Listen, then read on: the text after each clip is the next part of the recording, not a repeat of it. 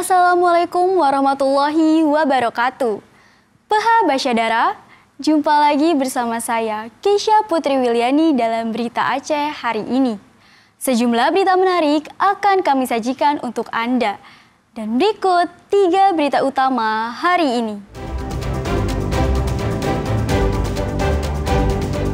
Implementasi identitas kependudukan digital di Kabupaten Aceh Besar masih rendah lantaran keterbatasan perangkat di kalangan wajib KTP.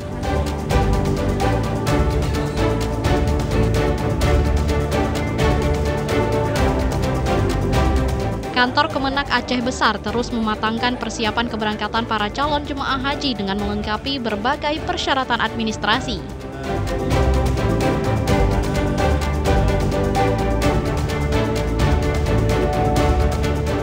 Sejumlah atlet panjat tebing terus menjajal kemampuan menghadapi Pekan Olahraga Aceh mendatang.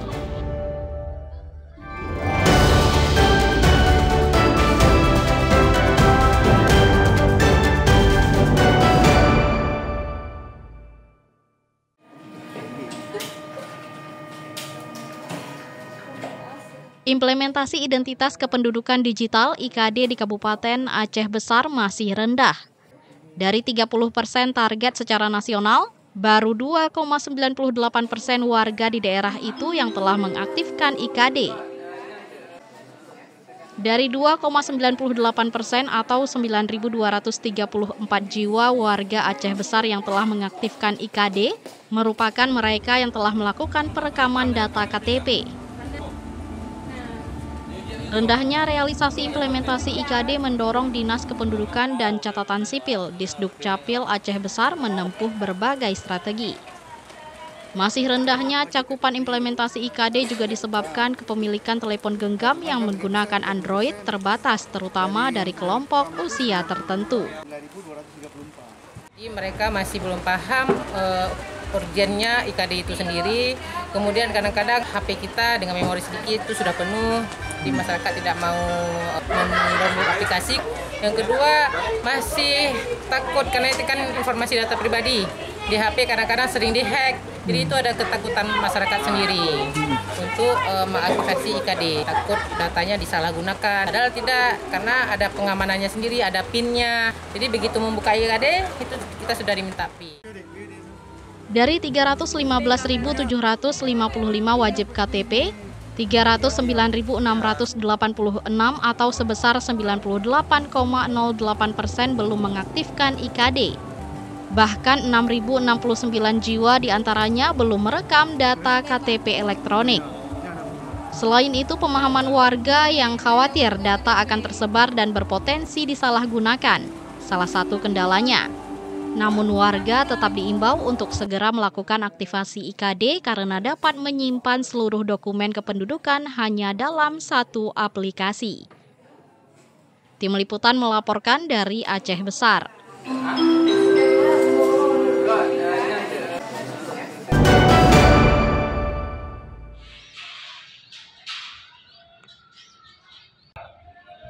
Perekaman data KTP elektronik di Kota Langsa terus dikebut. Petugas Disduk Capil menerapkan sistem jemput bola dengan mendatangi sejumlah sekolah untuk merekam data KTP pemula. Petugas menyasar siswa-siswi SLTA yang telah berusia 16 dan 17 tahun agar datanya terekam sejak dini, sehingga mempermudah proses administrasi kependudukan saat mereka berusia 17 tahun. Langkah petugas turun ke sekolah-sekolah untuk mempermudah perekaman data dan meningkatkan persentase penduduk yang telah menjalani perekaman data. Saat ini jumlah calon pemegang KTP sudah mencapai 97,03%. Untuk mempermudah bagi siswa-siswi yang belum melakukan perekaman KTPL dan juga untuk meningkatkan persentase perekaman KTPL di Kota Langsa. Untuk saat ini, persentase untuk Kota Langsa perekaman KTPL sebesar 97,03%. Melalui program jemput bola, siswa tak perlu lagi bersusah payah ke kantor Disduk Capil karena cukup menjalani perekaman di aula sekolah masing-masing. Salah seorang siswi mengaku terbantu dengan adanya perekaman di sekolah. Prosesnya lebih mudah dan dekat, karena cukup menunggu di sekolah hingga perekaman data selesai. Gampang ngurusnya, jadi kami nggak kayak ngurus lagi ke capil ini segala macam. Ya tinggal foto, terus tinggal nunggu jadi hasilnya. Udah gitu aja. Sistem jemput bola perekaman data KTP bisa menambah jumlah calon wajib KTP di Kota Langsa. Maimunzir melaporkan dari Kota Langsa.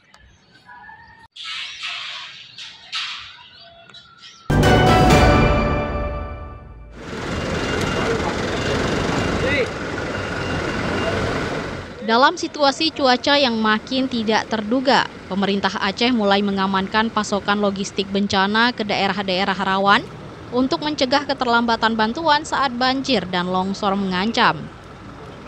Kiriman perdana logistik bencana mulai berangkat menuju Kabupaten Pidi dan Biren, dua wilayah yang diprediksi rentan terdampak banjir dan longsor pada akhir tahun pada Selasa 18 November kemarin.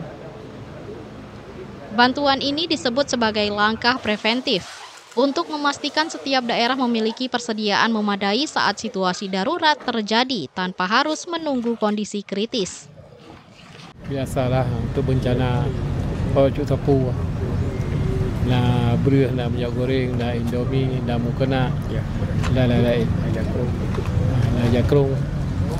InsyaAllah mudah-mudahan baiknya lah bencana-bencana supaya ajrah bantu. Terima kasih. Menyerahkan bantuan kesiapsiagaan bencana, yaitu buffer stok berupa sandang dan pangan. Kita akan serahkan 10 kabupaten kota yang sudah memohon kepada pemerintah Aceh untuk kesiapsiagaan bantuan bencana di kabupaten tersebut, yaitu bencana banjir dan bencana kebakaran dan bencana sosial lainnya.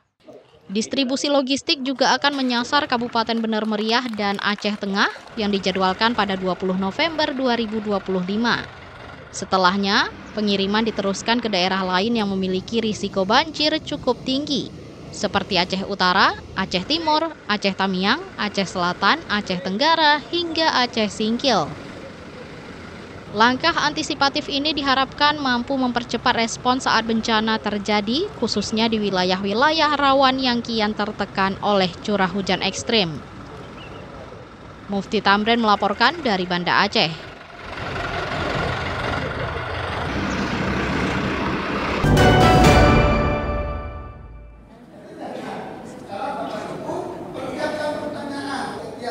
Menjelang penyelenggaraan ibadah haji tahun 2026, sejumlah persiapan terus dikebut.